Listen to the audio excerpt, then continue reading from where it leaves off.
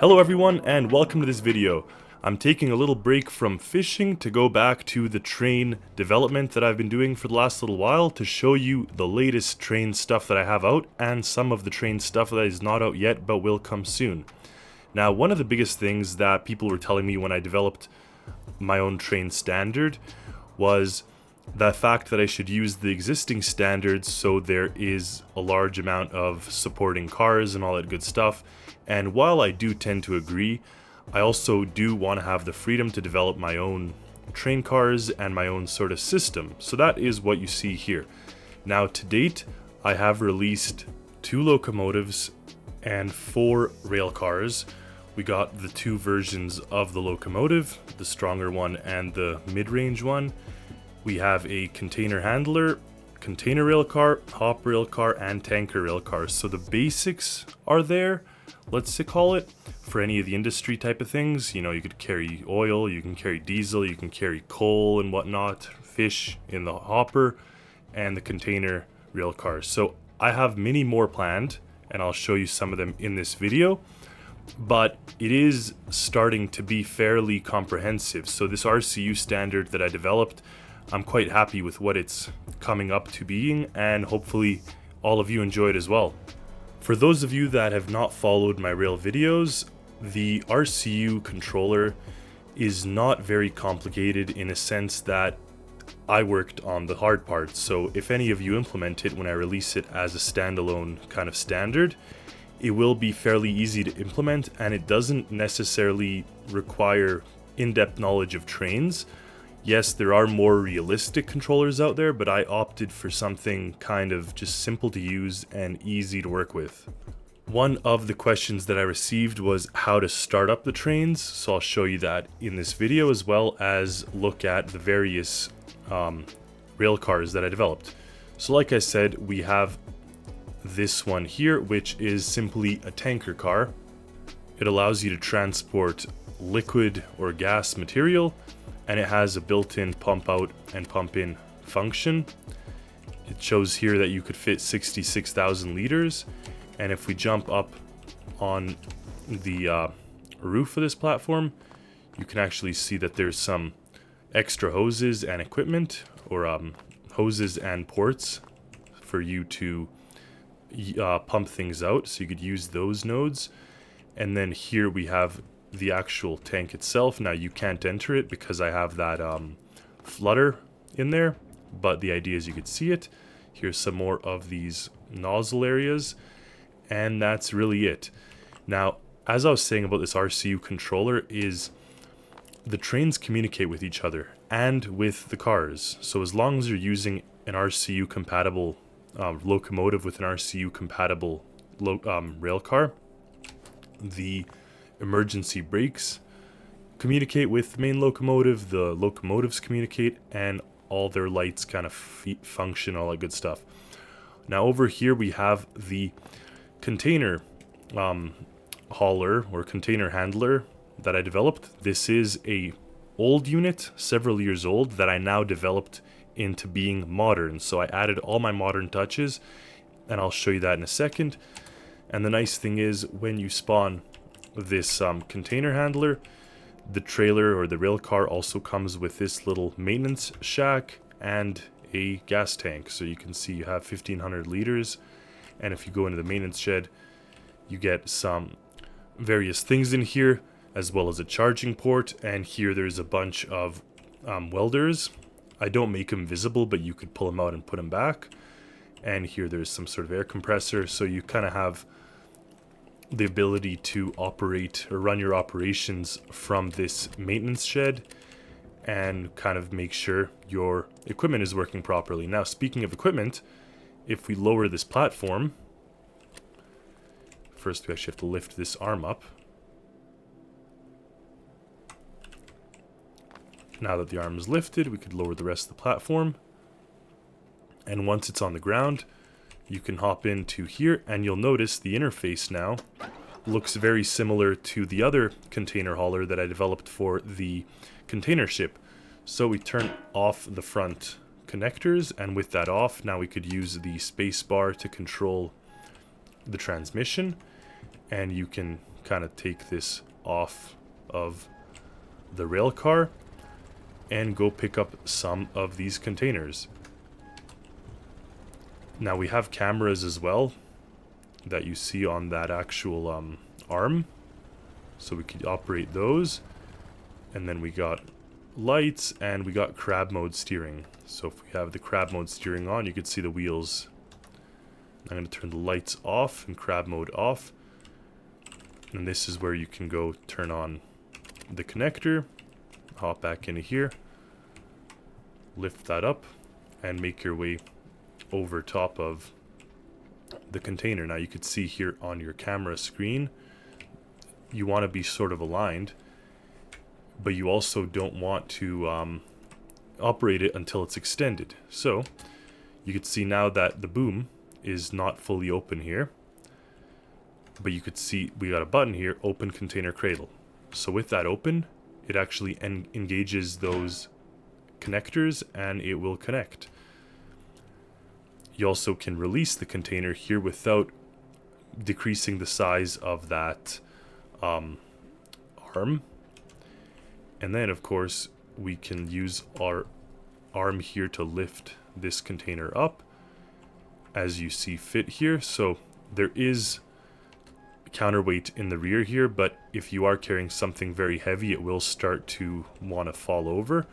Now you'll notice that once you've picked up a container, it actually switches automatically to other cameras. So we got our backup camera if we're in reverse, and if we're in forward mode, you actually see underneath the container. There's a little camera right underneath, and it can help guide our way if you don't have the container lifted up very high. So that will be useful to use in that instance. Now of course, if you lift it up higher like that, you can see over it. And then like I said, we can position and lower this into place here. And then if you turn on the bottom connectors, it should snap into place, and at that point this can be released and this backed up and all that good stuff. So that's pretty much how to use this container handler that comes with this rail car. Now you definitely don't want to run this car if this is lowered, so you have to raise this platform. Otherwise the emergency brakes are tripped, so you don't want to operate it in unsafe conditions. It will snag on something. This is pretty much what you see here, other than the fact you could release and engage this. So that tackles the 3 of these rail cars. The last one being the hopper rail car here that you could see, and it has these lower spouts, so it actually has 3 ports that you can deposit things out of, and it fits a lot of material. Like there are a bunch of these hoppers in here, so you definitely can get a decent amount of material in just one of these cars. That's intentional. I wanted to make it as useful as possible.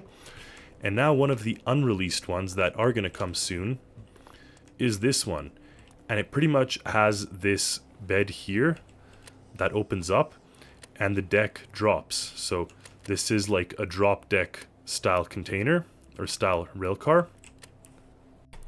Just working out some kinks here. You could see that it's not wanting to lower all the way to the ground right away, so I have to see what's causing the snag. But when you do get it all the way lowered, you could open up the side, and then it actually makes it available for you to drive a vehicle into. Now you can open up both sides of this, but I find that it's almost easier to have just one side open, because you could use that back wall to kind of bounce off of. Now all these trucks have the hex steer mode, so you could actually steer with the rear tires, which is nice for trying to get into this thing.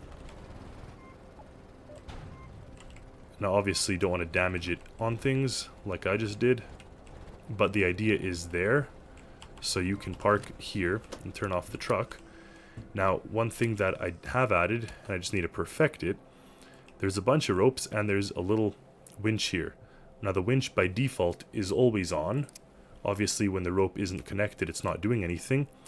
But if we can get ourselves and connect that, it will actually pull the truck into place. Now remember, the handbrakes are on, but it is kind of yanking it into place. And you can further supplement it by closing the door, and it will kind of push it right into place. And when we raise the platform to the right level, it locks into place, and now it's in. So this drop deck car is quite useful for picking up vehicles and carrying them, transporting them. And if you don't have a winch node on the front of your vehicles, most of mine do, but if you don't have it, it'll still stay in place just with these walls. If you have the winch node, then it just keeps it in place even more. So that is upcoming. I do have a couple of kinks to work out with it, but I just wanted to showcase that. As well as these rail cars, I do have a box car in the works, and a couple of other ones, just the flat deck and some other stuff. So stay tuned for that. I do plan on releasing also a passenger car, which can transport passengers. Of course, it'll all be under Alta, but that will be part of the series. And I do have plans for at least one more, probably two more locomotives, at least, also pretty soon here. Now, both these trains, how to operate them. They're fairly simple. Both operate under the same system, the same controller. So you got to turn the ignition on. With the ignition on, you'll probably want the displays on. Now with the displays on, you can see your brake is fully engaged and your throttle is not. So if you throttle up, you're not going to do anything. You got to turn your brake down. That's number one. Now I'm going to put it in reverse because I also want to go pick up that rail car back there, and I'll turn on my CCTV just so I can see how I'm doing here. So you can use the W and S, or you could use the buttons here, your call, and you could use up and down arrow keys as well to operate the brakes.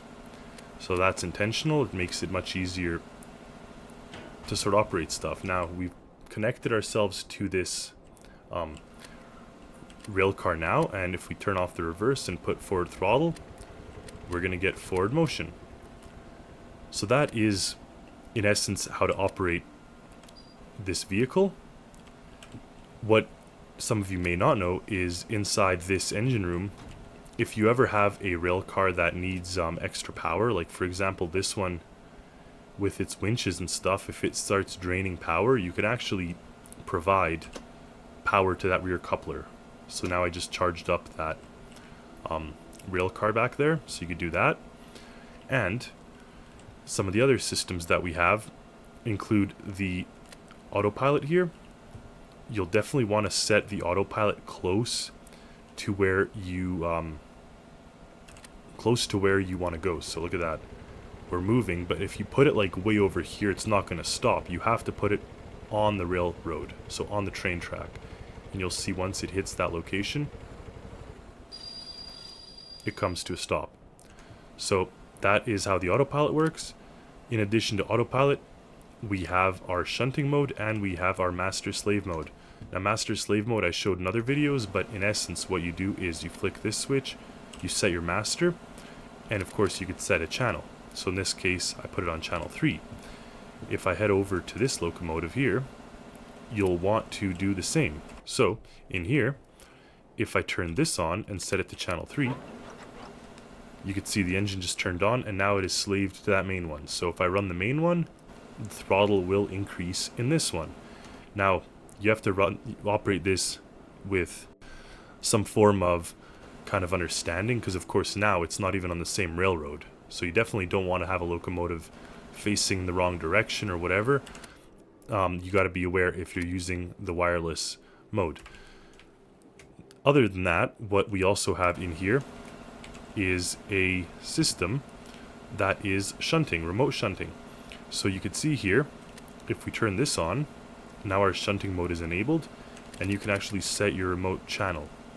Now that remote channel is going to be on this channel. So if we hop out of the train and we use channel 5, you can see there. So I set this to channel 5 and turn it on, and then I can actually operate the train itself. So 5 and 6 operate the train, so if I press 5, it's going to move forward. If you press 5 off, it's going to stop the train, the brakes engage. If I press 6, we're now going backwards. So you can see by that little light there how we're shunting it. Now there is a speed controller for the shunting as well, so keep that in mind when you are remote operating it, but you definitely don't want to go too far or give it too much of a speed, otherwise it's going to leave your range. Now both trains are identical, and the last system that I'm going to showcase here is the radio stop, the man overboard system. And I did show this in another video, but I'll show it again just because I do enjoy how it works. So if I give it throttle forward and I turn on the man overboard system, all you got to do is broadcast to channel 0 to stop the train. So say we go here, you can actually cycle the frequency now, so now we're on channel 0, and say I fall off and I just broadcast it, I just press the button and the train will come to a stop. And it's going to be stopped indefinitely until I disable that man overboard system. So in here now, you can see the emergency brake is flashing, and here it says man overboard. So the only way now to keep the train going is to disable the man overboard system. And of course you could retoggle it if you want, but the point is it's got to be disabled, and then automatically our emergency brakes are taken off. So that is in essence the gist of how to operate this train setup, some of the train cars that I've made, and some of the features and things that are coming up soon. So thank you all for watching, stay tuned for more, and as always, happy Stormworksing everyone.